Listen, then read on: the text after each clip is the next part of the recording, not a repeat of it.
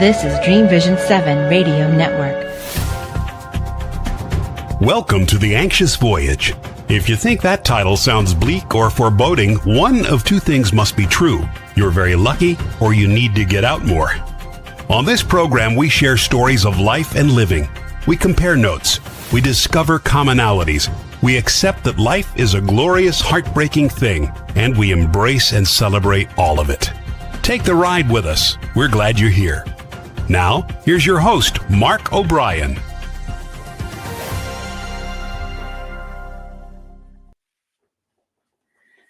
Hello and welcome indeed. We are coming to you again and as always from world headquarters in Middletown, Connecticut. And as most of you know, I usually start the show by making some incredibly stupid joke about Middletown. But I was traveling over the weekend and I didn't have time to write the joke, so you're all in luck. And the really good news is that it gives me more time to introduce my guest today.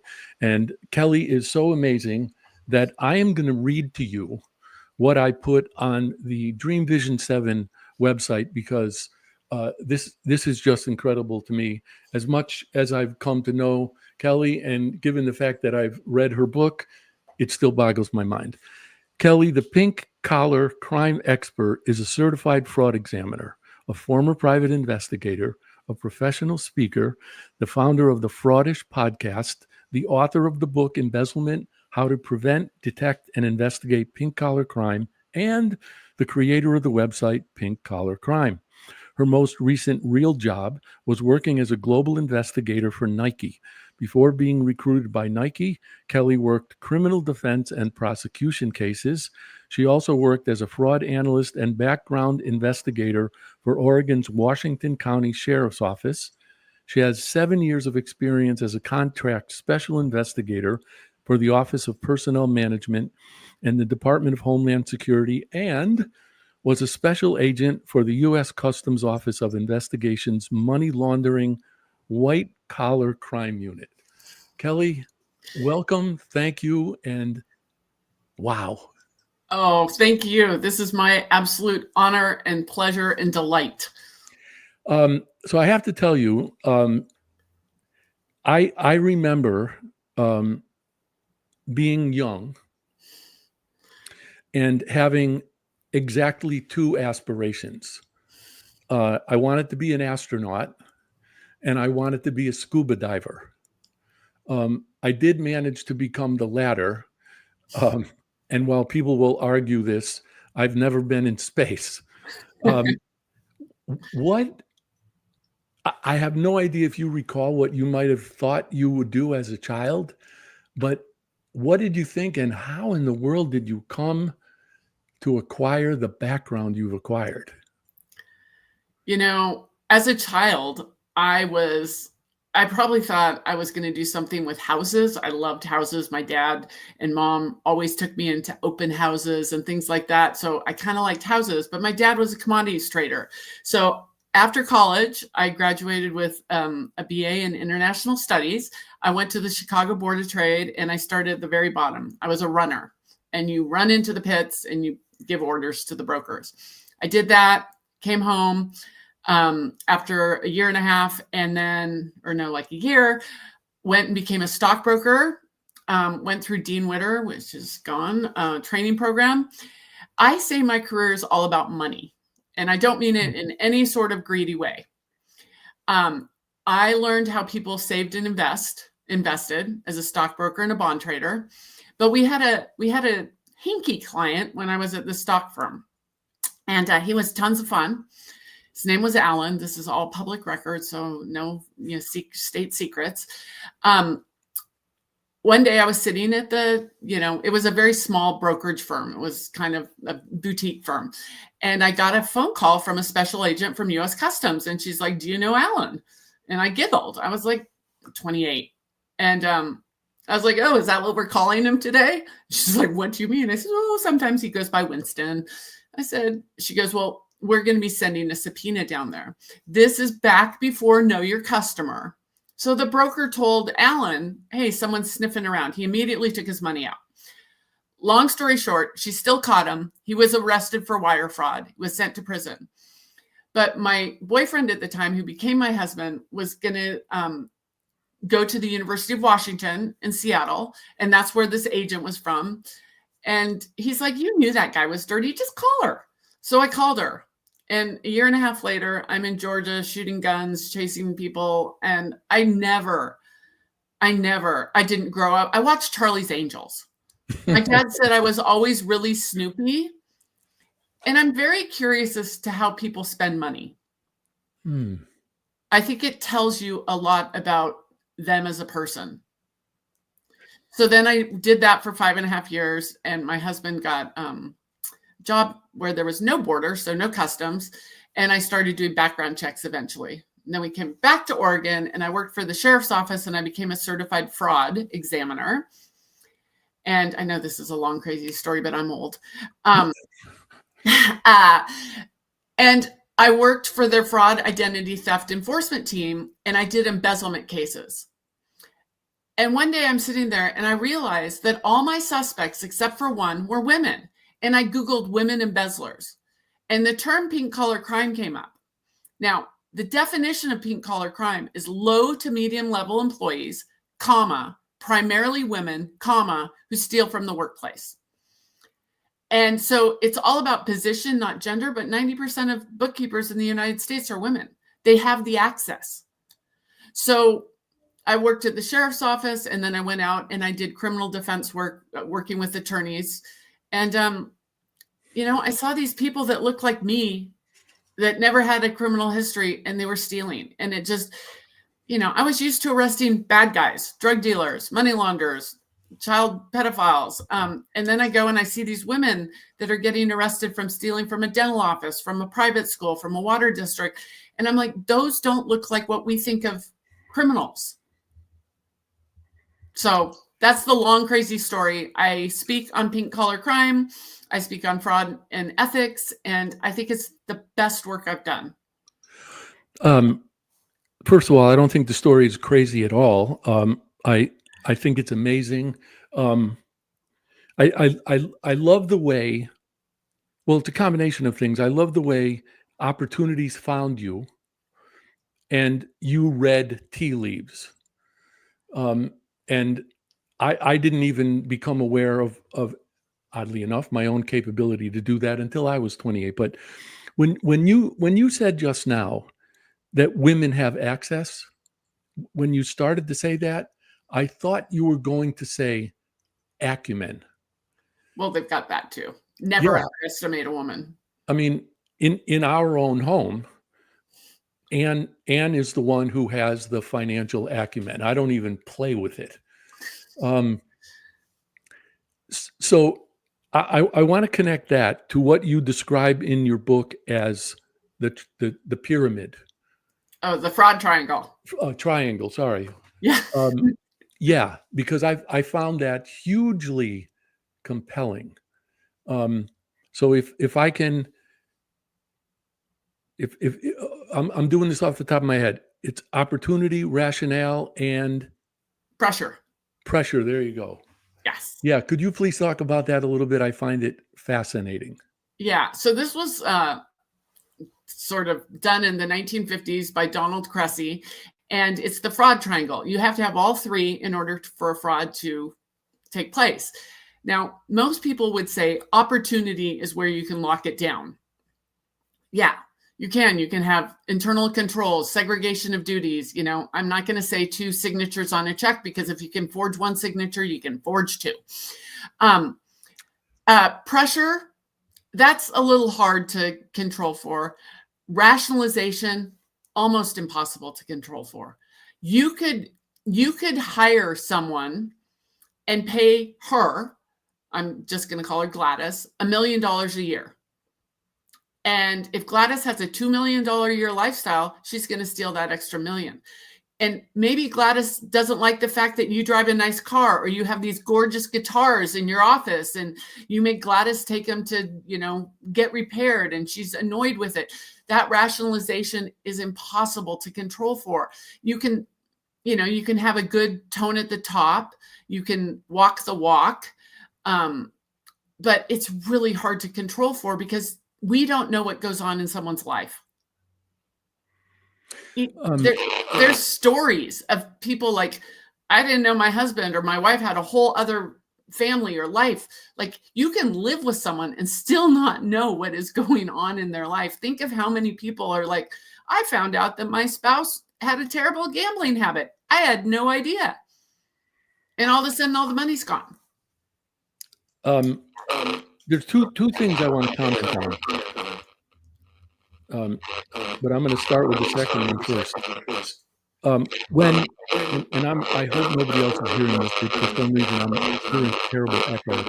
Yeah, there's a really bad echo. Yeah, I don't know where that came from. I was watching a Netflix documentary recently called Gone Girl, and it's about the guy who has recently been arrested for what came to be called the Gilgo Beach murders on Long Island. But after the first time he killed, he let a significant period of time go by because he didn't think he thought he would get caught. And when he didn't, it encouraged him to do it again. So is that more opportunity? Yeah, so the there's a lot of feedback, but the Long Island killers, yeah. So sometimes it's gone. Good. Okay, so sometimes someone steals the first time, and I'm going to ask you, Mark, and I've done this work with a forensic psychologist. Do you remember the name of the first person you kissed?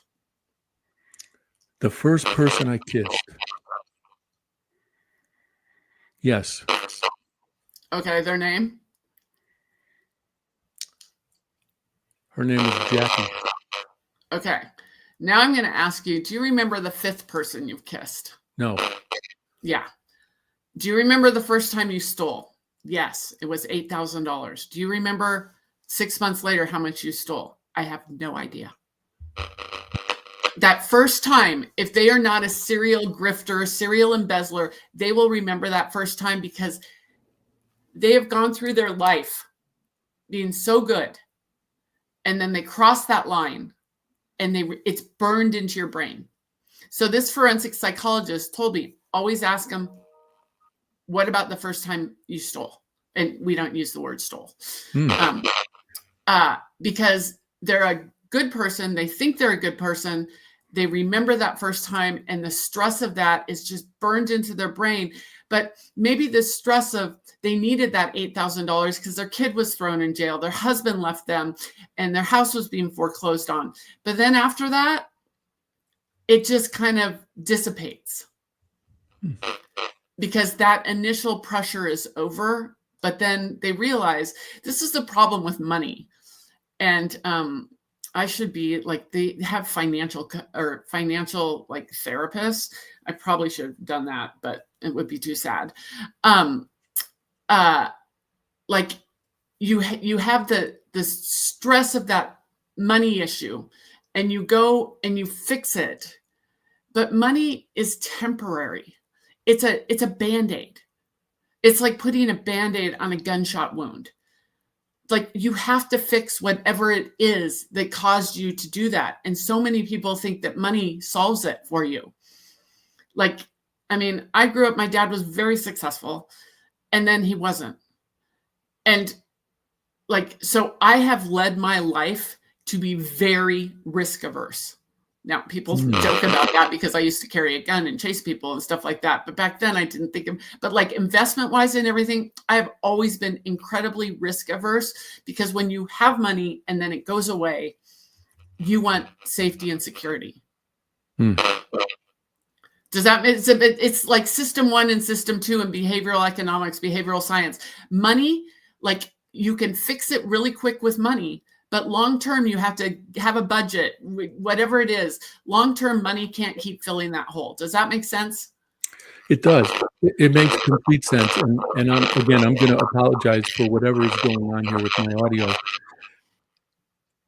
I didn't even connect these dots when I was reading the book, but what I was hearing when you were speaking just then, I was likening to addictions like drugs or alcohol. You think that's going to be the thing that fixes it, even though, like money which gets spent, it's temporary. And typically the need for whatever it is just keeps getting worse. Yeah. It's and people think money solves everything, and it does initially. So like back to the Long Island killer, most pink collar criminals do believe they will get caught eventually. And can you imagine the stress of sitting in a cubicle outside your boss's office and he's like, "Hey, Kelly, can you come in here for a minute?" No. And every time they say that, you're like, "Oh my God, I've been caught." I mean, I've seen it where people keep track of how much money they stole. But the joke is like, okay, say that, Gladys has a gambling problem. They say 1 out of 4 cases of embezzlement is tied to gambling. It's a hard number to wrap your head around, but maybe. Say Gladys wins big. What's Gladys going to do? Put the money in the account? And then the boss is going to go, "Why is there $1 million here?" "Oh, well, I've been stealing from you, but I won big." And so, it's, and there have been very few cases where they do put a little money back. But then, it's, I mean, I used this joke a long time ago. Nordstrom's has an anniversary sale every summer. My late husband, I'd come home with a pair of fine Italian leather boots. He would say, "Oh, what does set us back?" And I would round down. My husband died not knowing what fine Italian leather boots cost. He didn't know. He did, like your wife. I took care of the books. He had no idea, like none whatsoever. So people can hide stuff. I used to tease him I could embezzle from him all day long.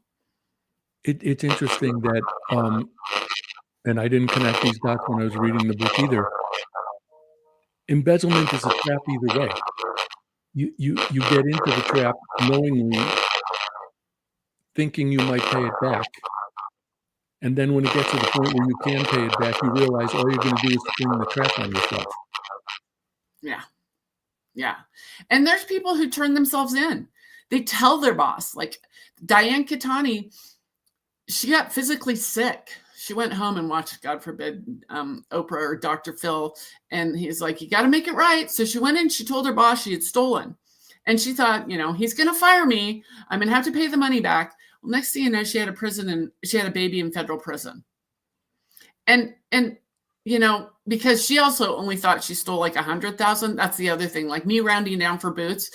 Anyone who steals, I call it the 2 to 6 factor. And I'm pretty sure that's in my book. It's been a while since I've whatever they say they stole, multiply it by between 2 and 6. Rita Crunwell, who's considered the kind of all-time pink collar criminal, when she was interrogated by the FBI, she immediately copped to it. And she said she stole 10 million. She stole 53.7. So 2 to 6 rule, spot on. And I know that story's in the book, but over what period of time did she steal that? Almost 20 years. Given the fact that I am having these audio issues, let's take our first commercial break now. Sure. I'll try to get that fixed in the meantime. So stay with us. We'll see you in 3 minutes. Everybody has a story. Everyone's story deserves to be told, and the only bad stories are the ones we don't share. That's why Mark O'Brien created The Anxious Voyage. It's Mark's conviction that every story deserves to be shared, and his purpose is to give people in all walks of life from any circumstances a chance to tell their stories. The Anxious Voyage is now on syndicated Dreamvisions 7 radio network every Monday at 1 a.m. and 1 p.m. Eastern Time, with live broadcast every first and third Monday at 1 p.m. Eastern. Please tune in, please join Mark, and please share your stories.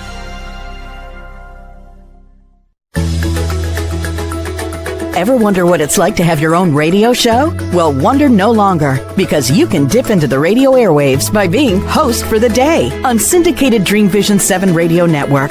It's a fabulous way to get your radio feet wet. It's an opportunity to market your business, modality, or book. have a guest, mention a sponsor, and take callers. Or you may want to facilitate a lesson by going solo. It's up to you. Listeners can be online, mobile, in cars with Bluetooth, or listen through Amazon's Echo by asking, Alexa, play Dreamvision 7 Radio Network. For more details, go to dreamvision7radio.com and click on Host for the Day.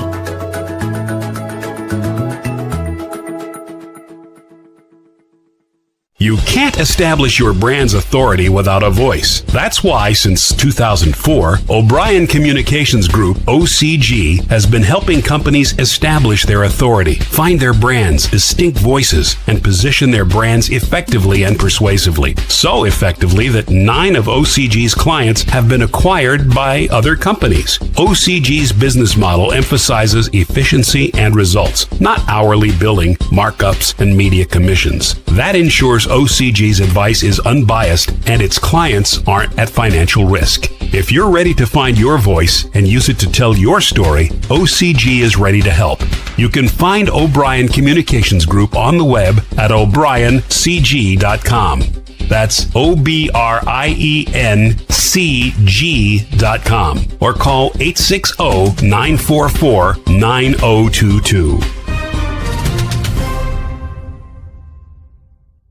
Calling all authors. Have you been considering an audiobook? Well, look no further. Come take advantage of Dreamvisions 7 Radio Network's unique in-house audiobook production, which includes benefits and bonuses from our radio station. Let our knowledgeable staff guide you to create the audiobook you've always dreamed of without breaking the bank. Check out our full one-stop service from A to Z, including the ACX process. Schedule a free consultation by calling 508-226-1723. That's 508-226-1723. Or go to dreamvision7radio.com.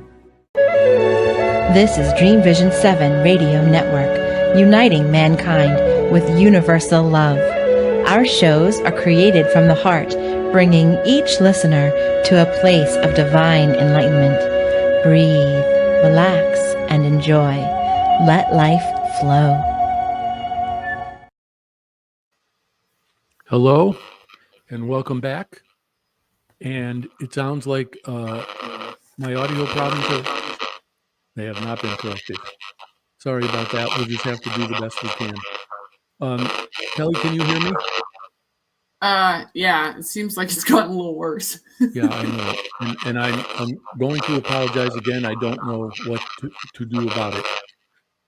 Earlier, you said that one of your fascinations about pink-collar criminals and perhaps others is the way they spend money.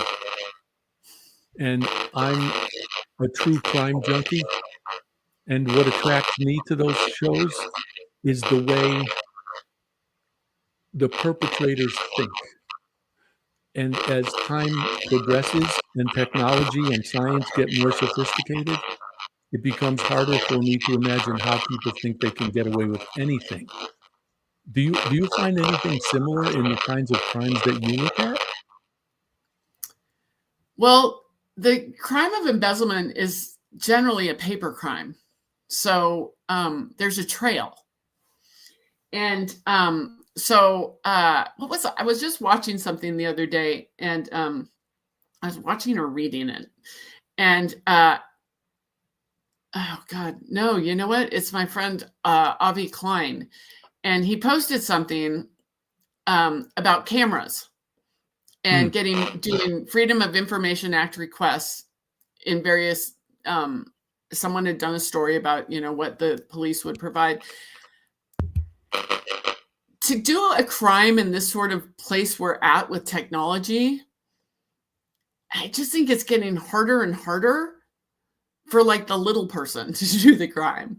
Like the big sort of syndicates, they're smart, they've got assets and everything like that. But then you get Gladys, who works in a dental office, dental office, they've gotten machines to make it easier to do fillings and stuff like that. But the software has gotten better. You can't turn off the audit trail.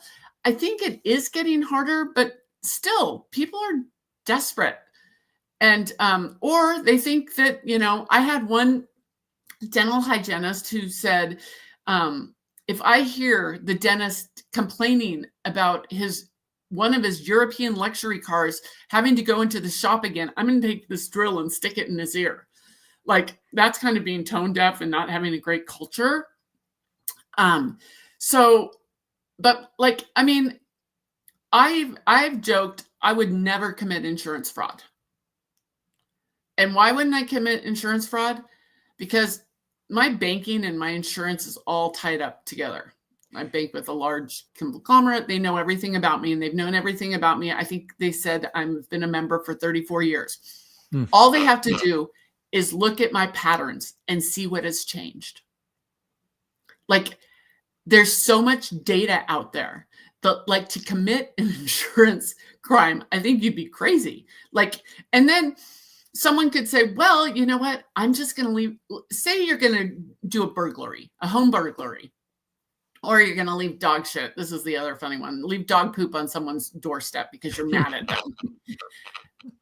You're going to leave your phone at home because they won't be able to track you. Well, all they have to do is look and go, the phone was off, stationary between, 8 and 8:30 at night. And that's when the crime was committed. But the car shows that it moved.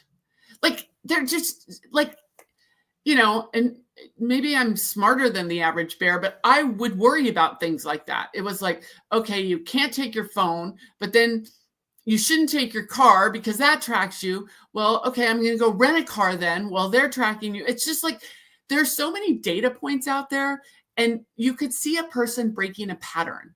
So when it goes to, like, back to the whole money thing, like, I joke that, Gladys has used Suave shampoo, which used to be like 99 cents a bottle. I used to use it in my 20s. And all of a sudden she decides that she likes this really fancy Redken or Aveda shampoo. And she starts, now it's lifestyle creep. Now she really likes that. Her hair smells better, It's kind of like when you get a raise, you're not supposed to give yourself a raise. You're supposed to take that raise and put it into your retirement account. Well, no one does that. And when someone starts stealing, they get used to. We had a woman who, she'd take her kid to McDonald's, and then all of a sudden they're going to Olive Garden, and it's like the kid likes Olive Garden. He won't go to McDonald's anymore. So Mama got to steal. Like, yeah. So, I'm liking some of this to music, and I'm sorry, I'm going to apologize again for my audio. I know some incredibly talented musicians who will never make it, and so I don't think people think about the luck that's involved. And I wonder if some people who commit crimes like this are counting on their luck, or they don't even think about it, but they do get lucky. You mean they get lucky by not stealing or by not getting caught? Mm-hmm. Yep. Yeah. Well, one of the other things, and I have this huge bookshelf. You can see I had someone house sit or dog sit for me recently, and she'd never been to my house before, and I have all these books on crime. And I was like, don't worry, I'm not a psychopath. This is like what I do. But like, if she came in and looked at my book, she would go, oh my God, it's kind of a crazy assortment of that. Women are smart. I'm known as the fraud hashtag queen, even though apparently hashtags are going away, but whatever. I do it to keep track of things. Never underestimate a woman. Like, I mean, there's this great story. A colleague of mine, Leah Weetholder, she was consulting. Some guy was getting ripped off. She was consulting, and she goes into his business, and he says, oh, this person does that. That person does that. Oh, and there's Gladys. Don't pay attention to her. She's too stupid to steal from me. Guess who stole? Now, that gives to rationalization. If he's literally saying out loud to people, she's too stupid to steal from me in front of her, do you think she feels all that bad about stealing from him? No. I have another great example of a woman who locally does what I used to do. And she had a plumbing company. Now, your hot water heater never goes out between 8 and 5. It's kind of like your smoke alarm. It goes out at weird times. So she was working for a plumbing company. This woman, so nice. She bringing cookies. She baked cookies for the plumbers.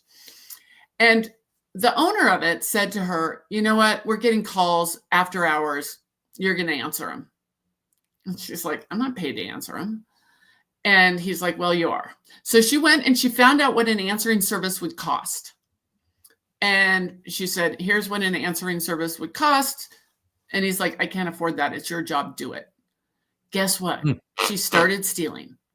Yeah. And she probably, now I don't know the case personally, she probably initially was like, okay, it's an extra $1,500 a month to hire this answering service. Well, it never stays at that. All of a sudden she realizes, well, he didn't even notice that $1,500. So now it's $3,000. It hockey sticks. So, but is that luck? She knew better than him that he could afford it. That Gladys in the basement or in the crappy office, she knows every nickel and dime that goes into the business and out of the business. She knows it better than they do. I mean, say you sell widgets and you sell 10 million widgets. And for each widget you net, after everything is said and done, $1. And okay, so Mark, you sell 10 million widgets, you get $1 for each one. How much money do you have in the bank? Theoretically, $10 million. Yeah. Do you check to see if you have $10 million? Or are you doing a mental calculation? You're doing a mental calculation. Well, I'd probably check for it. So I have this. A great friend of mine made these stickers. Trust but verify. Mm-hmm. So I was listening. I love listening to podcasts. I was listening to kind of a famous speaker, not Tony Robbins, but, high level. And he was on a podcast and they're like, and I forget his name. So I wouldn't shame him anyway. We can talk about victim shaming, but they're like, so how do you keep track of your finances? He goes, every Friday morning, my business manager calls me up and tells me what's in each of my 5 accounts. And I'm out walking and I just want to scream. Trust but verify. He trusted that the guy would give him the proper balances every Friday, no matter what. And he never checked himself. Never checked. Now, he didn't probably get ripped off, but yeah. But we will not victim shame. I can't remember the name of the gentleman, but there was a journalist in the late 19th, early 20th century who created a character, an Irish bartender named Mr. Dooley. And Mr. Dooley used to say, trust everyone but cut the cards. Yeah, exactly. So, and that's another thing, and I don't have it. I don't know where my little fraud treasures bag is. I have surprise and delight. We always say that for customers, like surprise and delight. No, for your employees. If you only look at checks over 5,000, pull one for 500. If the auditors only come in June, have them come in October. Keep your employees on their toes. If that Gladys or John in the front office, they know you're busy and your genius is up here. It isn't down here in the weeds. That's what you hire people for, is the weeds. You're up here, you're genius. So there's a lot of room in between here and here. And a lot of times people think it's due to IQ, and maybe not so much. It makes me think of what we might call in life, I suppose, in psychology, but supposedly it becomes increasingly difficult to trust people. And yet, is pink collar crime on the rise? So, I mean, it's like Warren Buffett says, when the tide's in, no one sees everyone's shorts, but when the tide goes out, we all see everyone's shorts.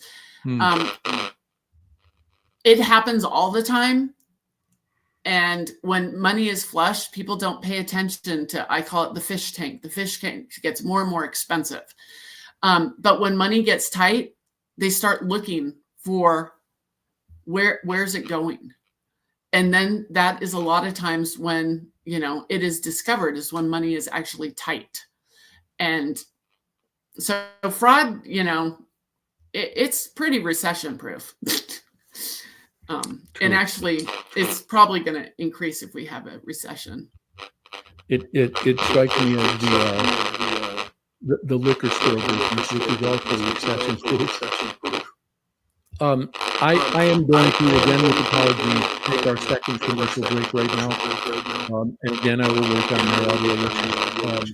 But we will be back in 3 minutes. Please stay with us. Okay. Are you ready for the quantum age? Humanity's next step in evolution? Dreamvisions 7 Radio Network invites you to the extraordinary platform of evolutionary voices for the quantum age. Let's explore. Learn more about this upcoming age where we bridge science with spirituality. Where potentiality meets reality. Where we take compassion into action. Our trailblazers and visionaries will ask the whys, the what ifs, while igniting continuous possibility. Come along with us into an age beyond what we know today, where we can grow together in unity consciousness. Experience evolutionary voices for the quantum age, Monday through Friday at 8 a.m. and 8 p.m. Eastern on Dreamvision7radio.com. You can't establish your brand's authority without a voice. That's why, since 2004, O'Brien Communications Group, OCG, has been helping companies establish their authority, find their brand's distinct voices, and position their brands effectively and persuasively. So effectively that 9 of OCG's clients have been acquired by other companies. OCG's business model emphasizes efficiency and results, not hourly billing, markups, and media commissions. That ensures OCG's advice is unbiased and its clients aren't at financial risk. If you're ready to find your voice and use it to tell your story, OCG is ready to help. You can find O'Brien Communications Group on the web at o'briencg.com. That's OBRIENCG.com or call 860-944-9022. Calling all authors. Have you been considering an audiobook? Well, look no further. Come take advantage of Dreamvisions 7 Radio Network's unique in-house audiobook production, which includes benefits and bonuses from our radio station. Let our knowledgeable staff guide you to create the audiobook you've always dreamed of without breaking the bank. Check out our full one-stop service from A to Z, including the ACX process. Schedule a free consultation by calling 508-226-1723. That's 508-226-1723. Or go to dreamvision7radio.com. Everybody has a story. Everyone's story deserves to be told, and the only bad stories are the ones we don't share. That's why Mark O'Brien created The Anxious Voyage. It's Mark's conviction that every story deserves to be shared, and his purpose is to give people in all walks of life from any circumstances a chance to tell their stories. The Anxious Voyage is now on syndicated Dreamvisions 7 Radio Network every Monday at 1 a.m. and 1 p.m. Eastern Time, with live broadcast every first and third Monday at 1 p.m. Eastern. Please tune in, please join Mark, and please share your stories. This is Dreamvision 7 Radio Network, uniting mankind with universal love. Our shows are created from the heart, bringing each listener to a place of divine enlightenment. Breathe, relax, and enjoy. Let life flow. Hello and welcome back. I used to not believe in miracles, but I think my audio problems have been corrected. Hey. Yeah. Thank you. And thank you for everyone who is joining us today for your patience with that. I have no idea what that was about, but I am grateful that it appears to be fixed. Kelly, before the break, you held up your little trust but verify Zooger. And I happen to be a small business owner. I don't believe I'm too trustworthy. Maybe I just haven't found that out yet. But what kinds of things should people do to verify? And I mean, unlike the guy who talked to his business manager every Friday and still got hoodwinked, what can we do to be sure that we're not being taken advantage of? So, well, I don't know if that guy was hoodwinked. He probably will be eventually, if nothing else. But so you got to be the first one to get to your mail. Now, that's old school. Or the first one to get to your bank statement. And you know what? How many business owners sit there and go, you know what, Gladys, just can you print it out for me and bring it in after lunch?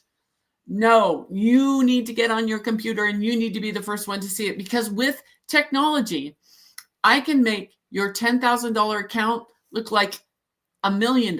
It's not hard. And I see this all the time. I have a Google alert on embezzlements, and I see stories all the time that, they just, took Adobe or, some software, and they modified the bank statements. And it's not that hard to do with technology. And also, like Gladys or Tom or whatever, they know when to hit the boss. And when I say when to hit the boss, it's like they're heading out of town. Oh, can you just sign these right before you leave town? They're in a rush. They're not paying attention. They're thinking about going to the conference or going on vacation. These people are smart. They can read the room. And like, you know what? Maybe you don't steal like when they're like meeting with the accountants. But I had a woman, Lisa, who stole $250,000 from surgeons. And she remembered the first time she stole. It was the $8,000 check, and she went on and on. I'm like, okay, Lisa, whatever. But every Friday, the CPA would come in and meet with the head surgeon who kind of ran the practice. And she's sitting outside and she's like, when's the gig going to get up? But not once did they actually pull a check. Like, she just coded things like printing or x-ray machine, or they never actually verified. So, it's so easy. And I had another woman who I call it the fat finger caper. She knew something was wrong with the business, but she thought she and her husband owned the business. She thought maybe her husband made some bad business decisions. So one day she fat fingers, and instead of like clicking next, she clicks view image. Oh. And that check for $5,000 that she thought she wrote to ABC company was written to their bookkeeper. Oh. And she's like, so like she knew she had written a check for $5,000, and she just did the mental math and the mental tally. And she's like, yeah, 5,000, 5,000, 2,000, but she fat fingered it. And she works in a small industry in kind of the nursery, like trees and plants and stuff like that. Yeah. It's her mission to tell people, you need to look at the checks. Smaller banks sometimes charge you extra to get the fronts and backs of checks. Do it. She's on a mission to do that. And that was the fat finger. It just occurred to me, I don't recall having seen the word conscience in your book. It may be there. I think maybe it's not a lot in there. How does that factor? And when you were talking just then, you said this woman stole $250,000. If I stole $250,000, if I stole $250, I wouldn't be able to sleep. So interesting. I haven't talked to her in a while, but she was in a very unhappy marriage. She had one child, and she was kind of the primary breadwinner, and the pressure got to be a lot for her. And so she started stealing, and, she had FOMO and keeping up with the Joneses and things like that. But she did get caught. She confessed, like, they all confess, unless they're serial grifters. If they're serial grifters, it's going to take a lot longer. But they all confess, and you can see them just go, oh, thank God the gig is up. I can't sleep. Like Diane Kitani, she had ulcers from the stress of it. So this Lisa went to prison. We came into each other's universe because she saw me on TV talking about this. and she saw her picture go across because they did a whole screenshot of women who had stolen. And so she wanted to meet. So I met with her. So she's out of prison. She's a waitress. She says she's never been happier. Wow. You know what? That's the thing. The trust, you can sell more widgets, you can sell more time, whatever. Money it's tangible. You can get more of it. How do you get more trust? That's the hardest part. Like the victims cry on my shoulder. They're like, oh my God, what other bad decisions? Have you ever bought an investment and seen it go down and you just kick yourself in the teeth? What about you hired someone? You had that person come into your home. You liked them. You bought them presents. And all of a sudden that person's been stealing nonstop from you for years. What does that make you feel like? And even there are instances in the book of family members who have done that. Oh yeah. Yeah. That's this is such an obvious statement, but that's even worse in my estimation. I mean, to be betrayed in that way to that extent by a family member. Yeah. Wow. Yeah. Yeah. So do we think, going back to the triangle, do we think in many of these instances rationalization trumps, sorry, I don't know, maybe I shouldn't say Trump on here. Do we think rationalization trumps conscience? Probably. I haven't thought of it that way, but I mean, most of these people were in, I'm going to say, a financial pickle when they started to steal. And you steal from a business, and depending on the size of the business, if you're working for a dentist, 60% of all dentists get ripped off, which is crazy. But you can see the actual effect of it. Like, I mean, I had a woman who stole $1 million from her dentist that she worked for, and he had to take loans. She could see it, and they weren't getting raises and stuff like that. But say you work for, I'm going to say a mid to big size company. So many people are like, there's no victim here. I mean, we just ripped off one of our clients. We were going to charge them $100. We charged them $200. They don't know any difference. So I'm going to take that $100 difference. There's no victimless crime. Like, you steal from your insurance company. Your insurance companies, their rates go up. Yep. Like, there's so much about there's a victimless crime, and there's no victimless crime. There just isn't.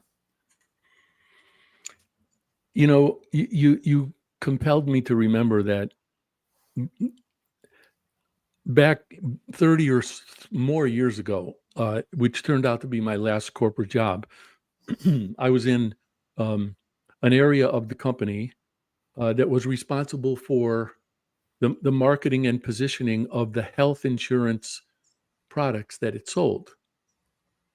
And that division was called the Employee Benefits Department, or EBD.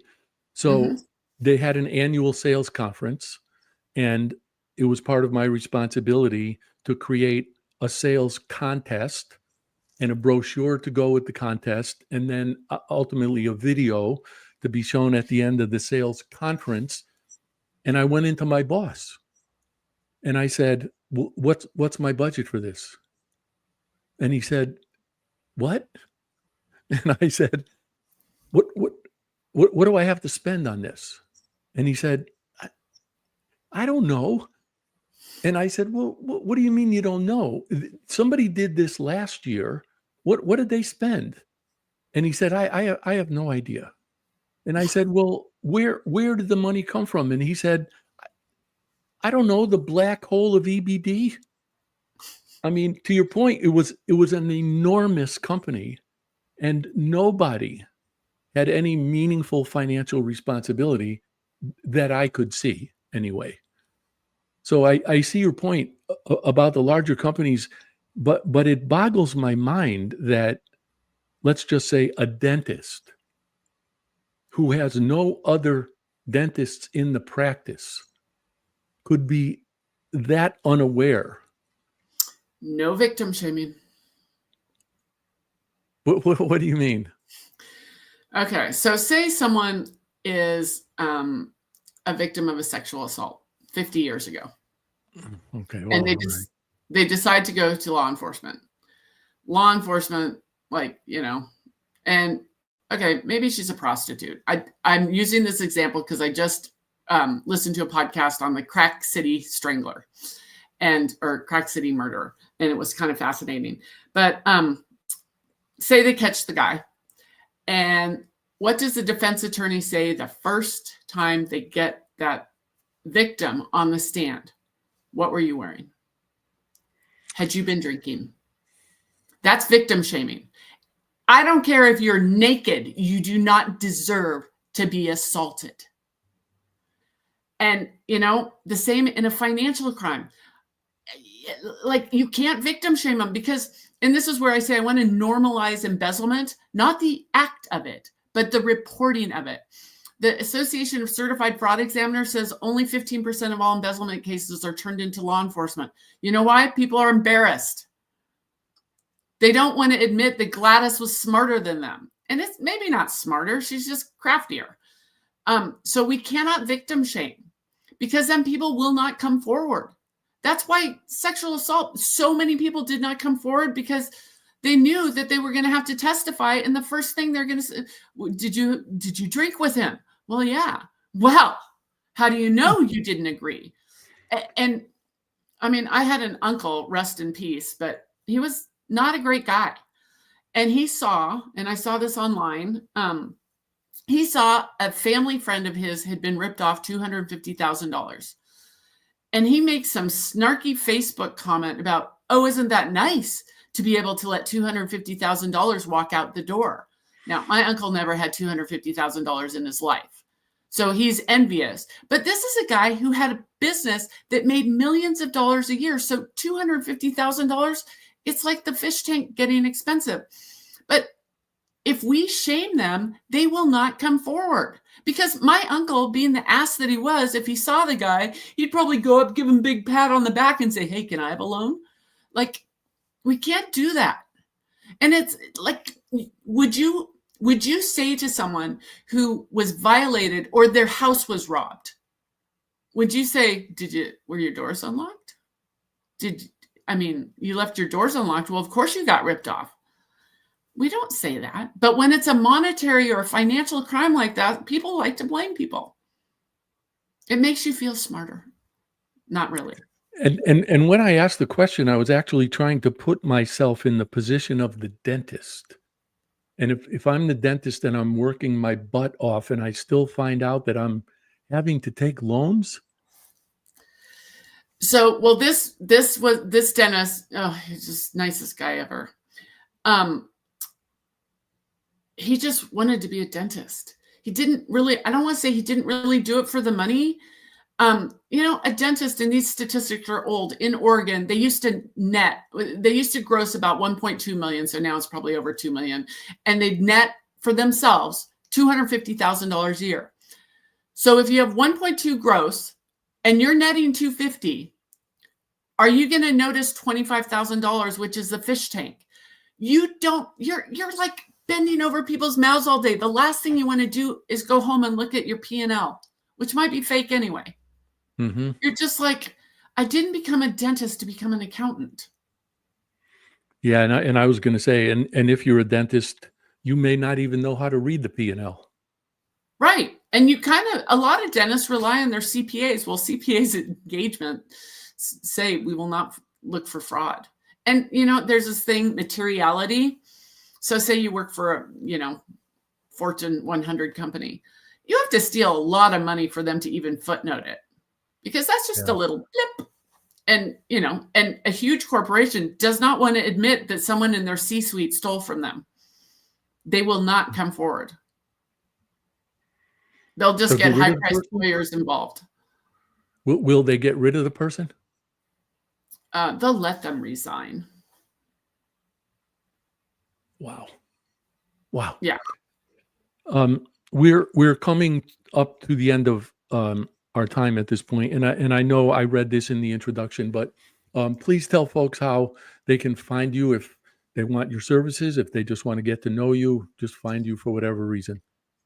So I'm on LinkedIn. I'm Kelly Paxton on LinkedIn. I have pinkcollarcrime.com. I have kellypaxton.com. I have a podcast, Fraudish, which is like my baby. I have had almost 190 episodes. And I get fraudsters. I call them my felon friends. I get, investigators. I have the most amazing guests on my podcast, and it's just a conversation with Kelly. So that's the easiest way. Someone found me recently, and I said, "How'd you find me?" And they're like, "Oh, you just pop right up." So I'm not. If you Google the term pink collar crime, you're going to find me. I just want to throw this in. You were talking a few minutes ago about victim shaming. And people who are victims of these kinds of crimes don't want to talk about it. I completely understand that. But you were just talking about your fraudster friends. How come they're so willing to talk about it? Well, they've gone to prison and they've already done their time. Yeah, they've done it. Yeah. So they've actually done it. So, and I don't let all of them. I'm very selective. I don't let a lot of attorneys on my show. And the felon friends I have to really kind of know them. And generally speaking, have they reestablished relatively meaningful lives for themselves? It's a constant work in progress because, like Diane Katani says, she lives with an asterisk after her name. She couldn't even coach her daughter's softball team. And Tom Harden, who was Tipper X on Wall Street, he's got an asterisk after him. He's done amazing. He works hard at it. Not all of them do as well as others. Tom Harden is amazing what he has done with his, and the work. He was in a private equity hedge fund. The work he has done since he never went to prison because he worked with the FBI, but the work he has done is, it gives me chills. Everyone who is fresh out of college, who works on Wall Street, should listen to Tom Harden because it can happen to you. It makes me wonder, as we're signing off here, it makes me wonder if we shouldn't do another program on second chances. Oh, I've got several who would love to do it. I'd be happy to introduce you. Okay. And I actually have a few my own self, believe this or not, including my number one son. Okay. Who got very, very lucky and learned absolutely everything I could possibly have hoped he'd learn from the experience. But amazing. Okay. So, Kelly, I thank you. I thank you for putting up with my audio problems. I thank everyone who joined us today for putting up with my audio problems. And I will see you again 2 weeks from today. And until then, thank you. Awesome. Thank you for having me. Okay, you're welcome. Let's do it again. Thank you for tuning into The Anxious Voyage, the program dedicated to sharing stories, helping people, and celebrating life. You can see and listen to The Anxious Voyage on syndicated Dreamvisions 7 radio network every Monday at 1 a.m. and 1 p.m. Eastern Time, with live broadcast every first and third Monday at 1 p.m. Eastern.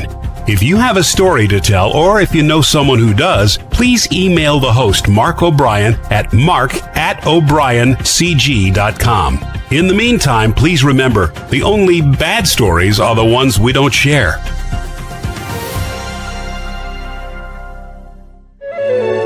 This is Dreamvisions 7 Radio Network, uniting mankind with universal love. Our shows are created from the heart, bringing each listener to a place of divine enlightenment. Breathe, relax, and enjoy. Let life flow.